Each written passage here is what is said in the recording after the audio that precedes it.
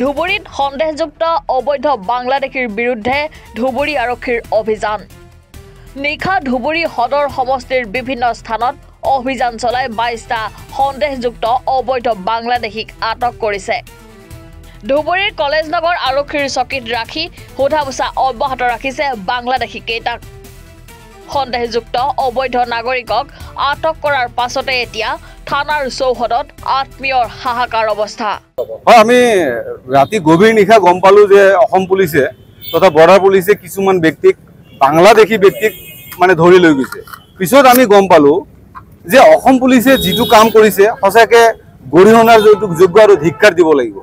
কাৰণ মই যিজন মানুহৰ ইয়াত উপস্থিত হৈছো মোৰ নেইবাৰ হয়। মানুহজনৰ নাম হৈছে আবু বকৰ সিদ্দিক আৰু মানুহজন অনাৰেবল গুৱাহাটী হাইকোৰ্টৰ পৰা অৰ্ডাৰ লৈ আহিছে আৰু অনাৰেবল হাইকোৰ্টে স্পেচিফিক অৰ্ডাৰ দিছে যে the petitioner shall not be detained. The petitioner shall not be detained and deported. Specific কৈছে যে অনাৰেবল গুৱাহাটী হাইকোৰ্টে স্পেচিফিক ভাবে কৈছে যে petitioner shall not be detained and shall not be deported. তৎসত্ত্বেও আমি দেখা পাইছো যে যোৱা ৰাতি মাছ নিশা পুলিচে অসম পুলিচে মানুহজনক ধৰি লৈ আহিছে আৰু ডিটেইন কৰি থৈ দিছে। ইয়াতকে দুৰ্ভাগ্যজনক কথা আৰু কি হ'ব পাৰে? সাধাৰণ জনতাৰ কোনো সিকিউৰিটি নাই, সাধাৰণ মানুহৰ কোনো সিকিউৰিটি নাই।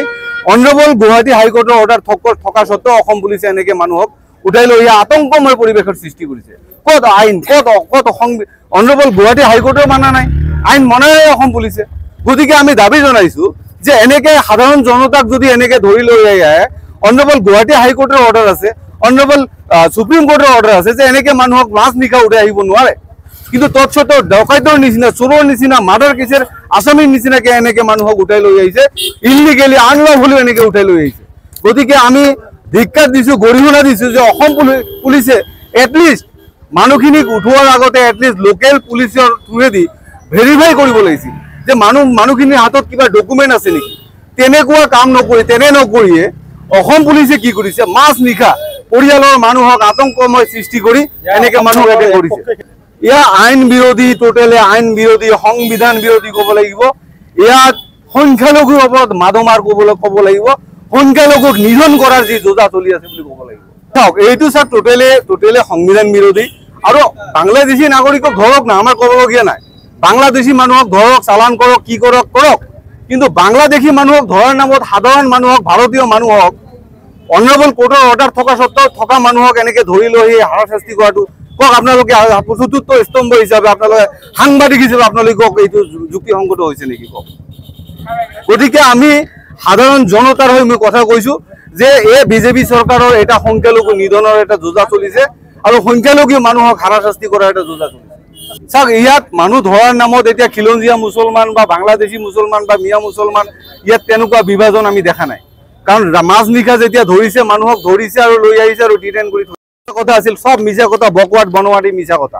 কাৰণ এতিয়ালৈকে বিজেপিৰ দুটা টাৰ্ম যোৱালৈকে এতিয়ালৈকে আমি দেখা পোৱা নাই যে অসম চৰকাৰে যে খিলঞ্জীয়া মুছলমানৰ কাৰণে কিবা ছেপাৰেট কিবা হেৰি কৰিছে, তেনেকুৱা আমি দেখা নাই।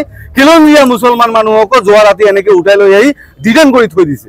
গতিকে অসম চৰকাৰে এই ক্ষেত্ৰত ভাল কাম কৰা নাই আৰু ইয়াত টোটেলি ক'ব লাগিব এইটো মানে সমাজ বিৰোধী, আইন বিৰোধী, সংবিধান বিৰোধী বুলি ক'ব লাগিব। এতিয়ালৈকে মই জনামতে 22জন মান লৈ আহিছে, কিন্তু বেছিও হ'ব পাৰে, পৰিসংখ্যাটো বেছিও হ'ব পাৰে। কিন্তু এয়া কোনোপধ্যে গ্ৰহণযোগ্য নহয়। আমি কৈছো চাওক, ডি ভোটাৰ, FT আমি এইবিলাক বুজি নাপাওঁ। মই কৈছো যে যদি কোনোবাই বাংলাদেশী আছে তেওঁক ধৰক, চালান দিয়ক, ফাঁচি দিয়ক, কি দিয়ক, আমাৰ ক'ব লগা নাই। কিন্তু ভাৰতীয় নাগৰিকক ধৰি আনি এনেকে হাৰাশাস্তি কৰাটো ঠিক হোৱা নাই। এই আমাৰ মানে খুৰাৰ ল'ৰা এটা, নাম কি?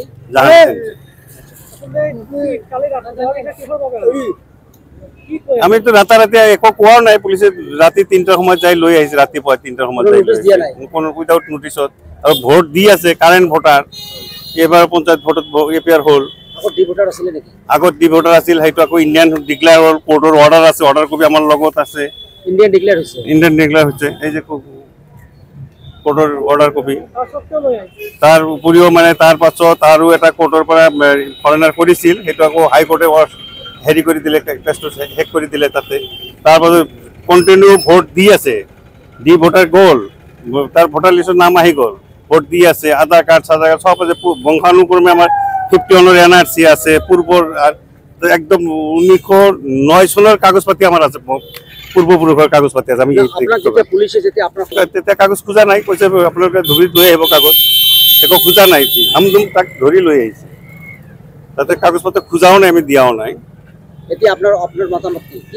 এই ভাৰতীয় নাগৰিক তাক এৰি দিব লাগে, ন্যায় পাব লাগে। ভাৰতীয় নাগৰিকে ন্যায় পাব, যিকোনো মানুহক অন্যায়ভাৱে কাকো মানে বিদেশী সজাই বিদেশত মাটিত থৈ আহিব নালাগে। যদি অৰিজিনেলি মানুহ বিদেশী মানুহ হয় তেওঁলোকক কি কৰে কৰক, আমাৰ আপত্তি নাই, কিন্তু ভাৰতীয় নাগৰিকক তেনে হেৰাছমেণ্ট দিব নালাগে। শাস্তি হৈছে ৰাতি হঠাৎ মানুহ এটা ঘৰৰ পৰা শুই থকা মানুহজনক ধৰি লৈ অহাৰ পাছত পুৰা ফেমিলিটো এতিয়ালৈকে হাহাকাৰত ভুগি আছে, চব মানুহ ইয়াত জড়িত হৈ পৰিছে। ধুবুৰীৰ পৰা নুৰুল আমিনৰ ৰিপৰ্ট, এনি ভাৰত 24।